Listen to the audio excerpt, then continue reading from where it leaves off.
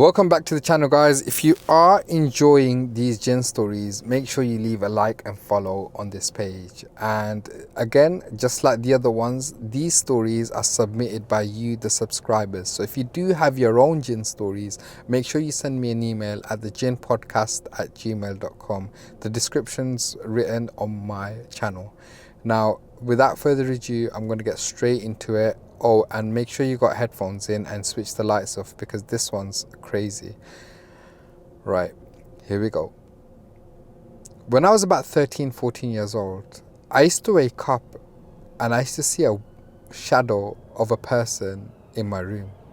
And my room was about 4 meters by 4 meters, and the shadow was always by the door, so about 3 meters away from my bed. I didn't really know if it was a man or a woman, but I felt like it was a woman.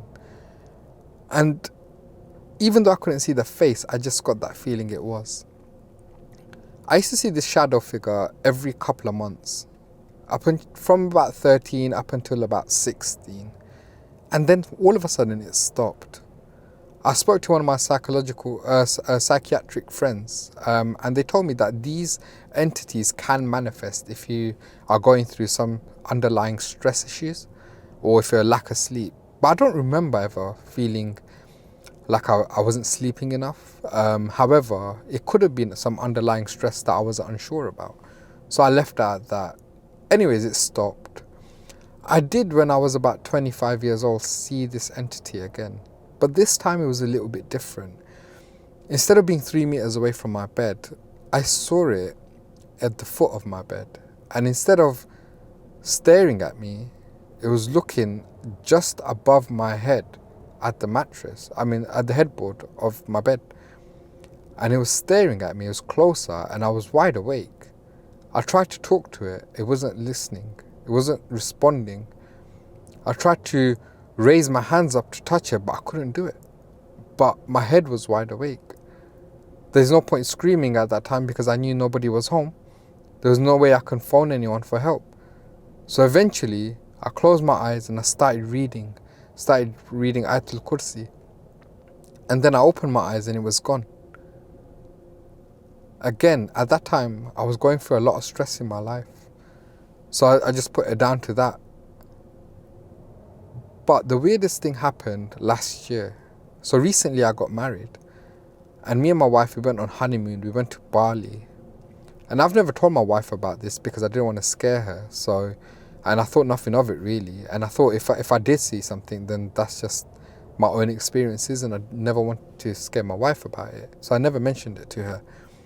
However, when we went to Bali, one night, me and my wife, we woke up in the middle of the night. For some reason, we were both awake. And we both saw this entity in the room.